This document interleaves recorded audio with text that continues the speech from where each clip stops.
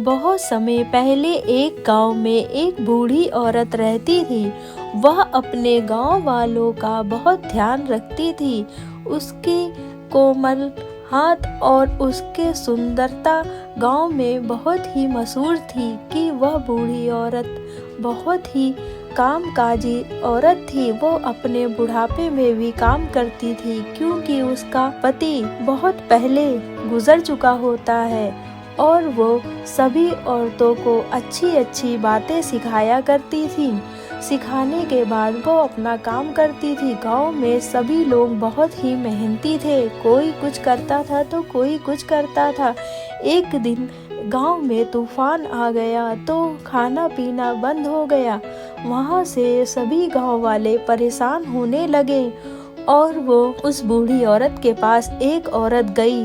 बोली, माँ जी, मैं बहुत परेशान हूँ। मेरे पति शहर गए हैं कमाने के लिए। वो वहाँ से ना मुझे पैसे भेजते हैं ना ही मेरा हाल खबर लेते हैं। दादी उसको बैठा कर बोली, बैठ और मुझे सब कुछ विस्तार से बताओ। वह बहुत घबराई हुई थी और दादी से कह रही थी, कहीं उन्होंने मुझे छोड़ तो नहीं दिया, मुझे बहुत घबराहट हो रही है।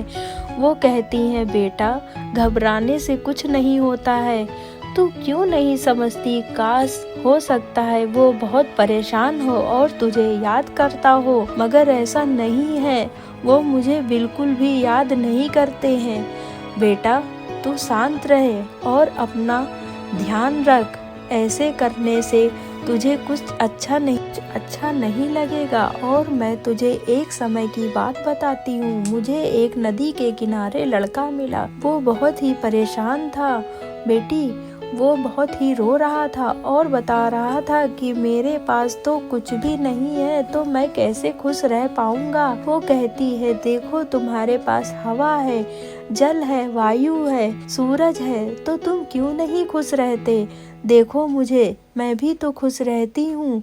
मेरी तो बहुत उम्र हो चुकी है और तुम रो रहे हो। तुम तो अभी जवान हो, तुम कुछ भी कर सकते हो। और वो यह कहने के लिए उसको समझाती रही। फिर बेटी भी खुश हो गई और वो कहती है, ठीक है, आज के बाद जो आपने समझाया है मैं वही करूँगी। तो दादी के मुख पर भी बहुत अच्छी मुस्कान आई कि बेटा तू जो तेरा मन करे तू कर। वो दादी की सारी बातें सुनने लगी और सुनकर समझने लगी कि दादी ने क्या क्या कहा है। दादी ने कहा, बेटा तू अपना ध्यान रख और अपने घर वाले का ध्यान रख। उसको याद करके रोया मत करा कर, उसकी यादों में खुश रहा कर। वो हो सकता है वो कभी न कभी आएगा और तू अपना सारा काम खत्म करके बहुत अच्छे से रहा कर और अपना ध्यान अपने पूरे बच्चों और परिवार में लगा किया कर।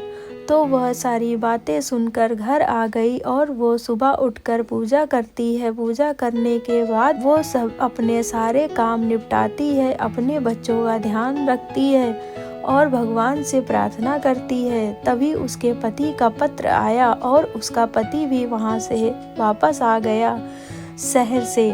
और वो दादी माँ को बताने जाती है कि माँ, मेरे पति का पत्र आया है, वो भी वापस आ गए हैं, आज मैं बहुत खुश हूँ। तो दादी ने ये बात सुनकर उससे कहा, देख बेटा तू बहुत परेशान थी ना और तू बहुत ही दुखी थी। फिर दादी सरपंच के घर गई। वहाँ पर पंचायत में दादी को बैठाला गया और दादी उसके पति को समझा रही थी। तो दादी सबको समझाती थी और सबके साथ खुश रहती थी क्योंकि वो वहाँ की मुखिया की पत्नी थी जिनका निधन हो गया था। वो अपना काम करती थी। अगर वीडियो पसंद आए तो लाइक और सब्सक्राइब कर दी।